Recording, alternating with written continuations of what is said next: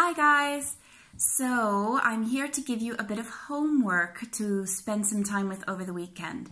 And the reason I'm using the word homework is because I really want to encourage you to spend 10-20 minutes on this before we meet next Monday. Today I'm going to share with you an idea for how to combine some of the movements that we've been exploring in class. And my reasoning behind this is I really want you to feel like you're developing a repertoire of movements that you can mix and match, that you can use as you like, as you need, as you feel is helpful to you in the future.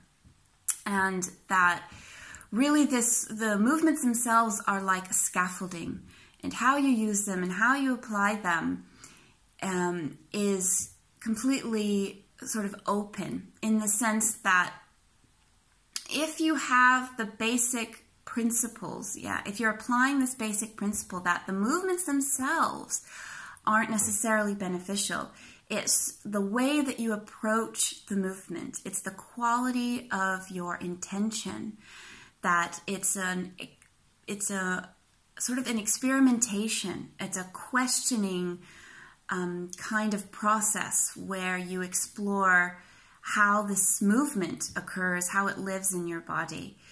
And the more that you can embody that principle, the more freedom you'll have to kind of use these movements and explore with them and open them up. So the potential here is really as kind of far as you can imagine it. And these movements are some of the basic building blocks, and they help you to sort of get started. But there's a lot of potential for you to kind of play and explore as you feel it. So now the idea or the combination I want to share with you is that you recall the basic shoulder release techniques that we did last Monday. In particular, the one where your arms are out on the floor in a T, sort of at shoulder height.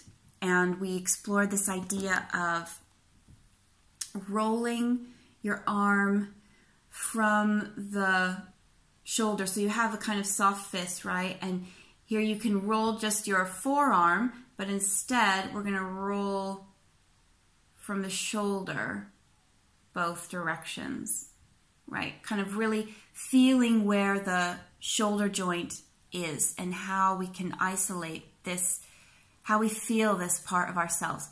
I sent an audio of this lesson for those of you who didn't come to class on Monday, so you can access it there.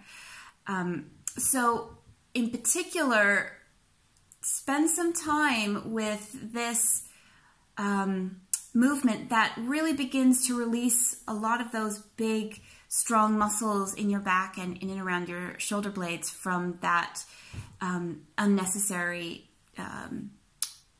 contraction that they hold on to. And then go back to this first movement that where we began with having your knees up, right? And bringing both of your knees side to side down towards the floor, maybe not all the way to the floor, see how it is for you, towards the floor and back, but with your arms remaining in this T position on the floor.